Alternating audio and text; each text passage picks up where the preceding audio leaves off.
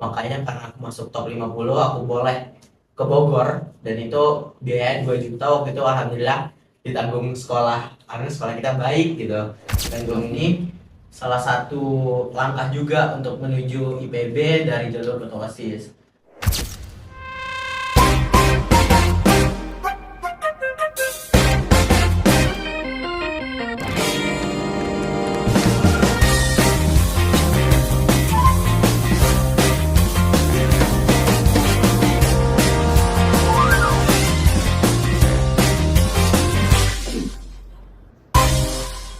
Hai Sobat Gelora, selamat datang di podcast Gelora, generasi luar biasa berbicara. Di sini tempat kita ngobrol santai tapi bermanfaat dari pelajar untuk pelajar. Perkenalkan, nama aku Syatir. Dan aku Adli, siap nemenin kalian di episode kali ini dengan tema organisasi sebagai salah satu kunci menuju kampus impian.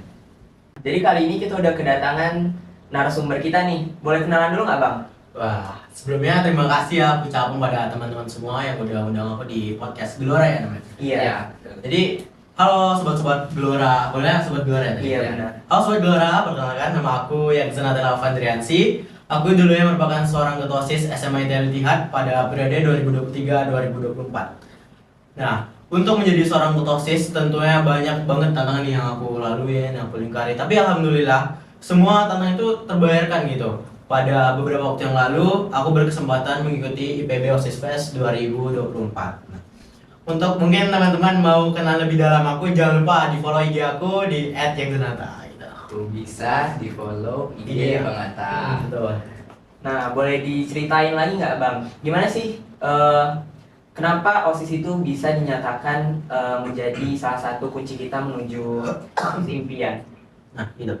Kenapa OSIS tuh bisa? Sebenarnya bukan hanya OSIS ya, organisasi. Karena untuk saat ini tuh anak-anak organisasi atau mungkin disebutnya leaders ya, sebagai seorang leader itu banyak banget kesempatan yang mereka dapatkan untuk bisa berkembang. Jadi nggak hanya kampus sih, banyak gitu program-program dari luar yang bisa diikuti oleh seorang leaders gitu. Dan untuk aku sendiri itu di IPB ada yang namanya jalur ketua OSIS. Nah, tentunya aku tertarik buat ngikut itu gitu. Mungkin ada nggak sih Bang selain IPB yang bikin event kayak gitu juga? Wah, ada gitu. Jadi nggak hanya IPB. Kalau ini untuk masuk kampus impiannya itu, ada banyak gitu. Kalau teman-teman tahu itu yang aku baca itu Universitas Airlangga juga ada gitu. Universitas Diponegoro kalau nggak salah juga ada. Tapi sebenarnya bukan hanya ketua OSIS gitu. Teman-teman yang penghafal Al-Quran nih, tahfiz Al-Quran juga banyak universitas yang bisa menerima teman-teman lewat jalur tahfiz Quran gitu.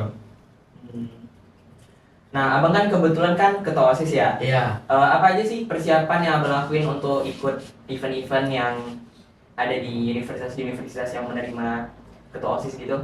Persiapan ya. Kalau persiapan sih nggak terlalu banyak ya. Tapi kalau misalnya memang mau persiapan tuh menurut aku sebaiknya tuh jangan ketika jadi seorang ketua OSISnya. Tapi mulai dari kelas 10 nih. Kayak teman-teman kalau betul dari kelas berapa nih? Kami kelas 10. Kelas 10 ya kan. Nah, ini udah mulai gitu. Kayak latihan public speaking itu di luar mungkin, atau nilai rapornya dikembangkan, terus juga bangun relasi ke teman-teman. Jadi kayak bukan hanya di SMA, teman-teman juga bisa nih ke luar SMA. Karena di Pekanbaru kan banyak nih SMA di Pekanbaru, atau bahkan lebih keren lagi se-Indonesia gitu. Atau mungkin ke luar negeri gitu, senior-senior high school di luar negeri yang bisa teman-teman sharing-sharing nantinya lebih dalam gitu. Ada misalnya teman ada masalah nih, aku ada masalah nih, organisasiku kekurangan dana misalnya. Nah, mungkin bisa minta saran-saran ke mereka gitu, dan akhirnya nanti kan teman-teman jadi bisa berkomunikasi yang baik. Nah, itu juga salah satu kunci untuk bisa melangkah di tahap selanjutnya dalam organisasi gitu. Nah Bang, apa sih kegiatan yang Abang ikutin salah satunya dari universitas gitu yang melalui jalur ketua OSIS ini? Jadi aku tuh baru ikut sebuah event gitu beberapa bulan yang lalu. Sebenarnya udah lama sih. Itu IPB OSIS Fest. Jadi kayak mereka tuh diseleksi dengan membuat sebuah esai sosial gitu. Mereka mengangkat sebuah tema. Jadi diberikan tema, ada yang mental health, sosial, politik gitu, anti korupsi. Dan aku waktu itu ngambilnya di mental health ya kan. Karena sebagai seorang calon dokter gitu. Jadi aku ngambil mental health, aku membahas tentang bagaimana seseorang itu membutuhkan ketenangan di jiwanya untuk bisa melangkah ke depan gitu. Nah, aku ikut IPB OSIS Fest tanggal berapa? Betul tanggal 21 Oktober kalau nggak salah di 2024. Aku kemudian terbang ke Bogor bertemu dengan ketus-ketus lainnya. Jadi aku alhamdulillah masuk di top 50. Makanya karena aku masuk top 50, aku boleh ke Bogor dan itu biaya 2 juta waktu itu alhamdulillah ditanggung sekolah karena sekolah kita baik gitu. Tanggung duit 2 juta dan untuk tiket itu aku yang beli sendiri. Jadi kayak untuk acara dan kegiatan itu aku have fun gitu. Jadi sebelum abang lulus dari seleksi hasil esai itu apa sih persiapan yang abang lakuin? Kan salah satunya kalau kita buat esai kita juga butuh skill-skill ya dalam membuat esai. Apa aja sih? Nah, sebenarnya kayak apa ya? Aku tuh mau cerita. Sebaiknya kalian jangan ngikutin aku deh gitu. Mungkin cerita-cerita aku nih boleh dijadikan motivasi, tapi jangan ngikutin aku. Karena jujur ya, aku buat esai itu kayak ngaret banget. Aku bener-bener terlalu sepele dengan tugas itu hingga akhirnya waktu itu malam jam 9 di memang deadline-nya. Di jam 9 itu esai minimal 2700 word ya kan. Bukan 1500 word, sorry. 1500 word, tapi di jam segitu aku baru 700 word dan itu butuh banyak banget dan kata-kata lagi yang harus benar-benar aku rangkai. Dan akhirnya aku pasrah waktu malam itu kan. Ini kayaknya udah nggak bisa deh, tapi karena aku bilang udahlah aku coba dulu. Akhirnya aku coba dengan semua energi yang aku keluarkan malam itu dan alhamdulillah aku akhirnya submit di jam 11.45 deh kalau nggak salah, 15 menit sebelum pendaftaran ditutup. Dan persiapannya itu nggak banyak sih, karena kalau misalnya kegiatan-kegiatan kayak gitu kalian nanti pasti bakal ikutin webinar-webinar dan di setiap webinar tuh akan diarahkan persiapan-persiapan apa sih yang kalian butuhkan untuk kegiatan tersebut, kayak tata cara buat esai, tata cara kepemimpinan, komunikasi yang baik gitu.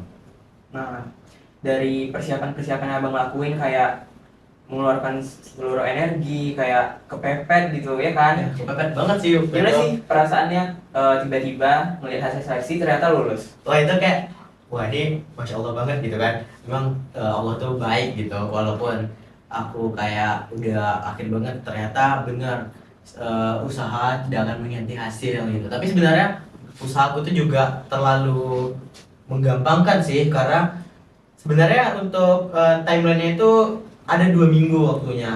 Tapi karena aku waktu itu kebetulan ujian juga, ujian PTS, makanya kayak nantilah belajar dulu yang untuk sekolah, dan hingga akhirnya di deadline itu baru aku kerjakan dan alhamdulillah lolos.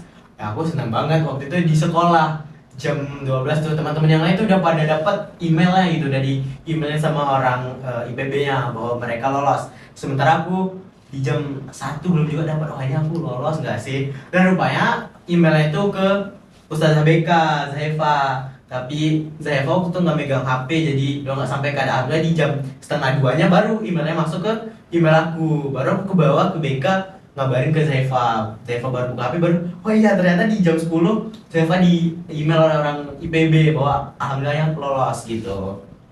Jadi juga penting lah ya time management supaya persiapan kita juga matang gitu ya. Time management tuh penting banget di sebuah organisasi, mereka mengelola waktu ya kan. Karena nanti kan ketika kita buat organisasi gitu kan pasti banyak kegiatan-kegiatan. Nah itu dia, kayak mana kita ngatur waktunya, jam sekian harus ini, jam sekian harus ini gitu. Habis itu kayaknya abang nih banyak ya ikut event-event gitu. Bisa nggak sih bang jelasin IOF itu apa sih sebenarnya? Oh ini mau tanya IOF gitu ya? IOF Jadi secara spesifik. IOF tuh IPB OSIS Fest. Jadi untuk tahun ini tuh tahun ketiga IOF ketiga. Jadi IOF ini awalan dari nantinya IPB, masuk IPB lewat jalur ketua OSIS, dan IOF ini salah satu langkah juga untuk menuju IPB dari jalur ketua OSIS.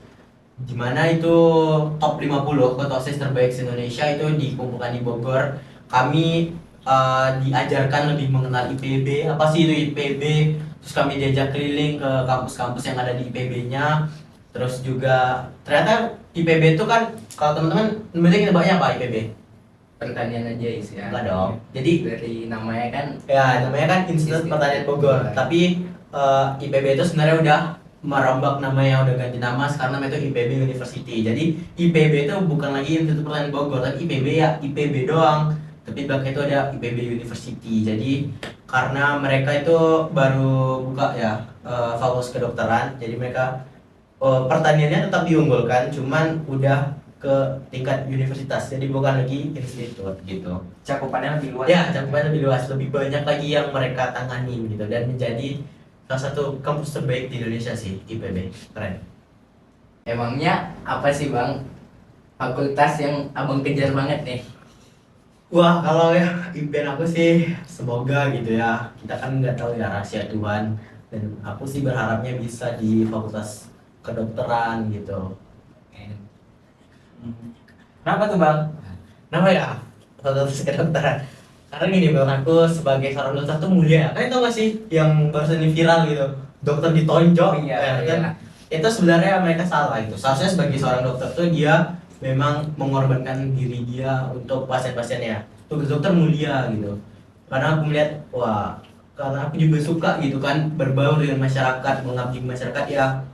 Aku memilih untuk kedokteran dengan rencana nanti jika aku udah wisuda gitu kan, aku mau mengabdi ke masyarakat untuk bisa mensosialisasikan tentang kesehatan, karena aku lihat masyarakat sekarang tuh masih enggan dengan kesehatan mereka sendiri gitu.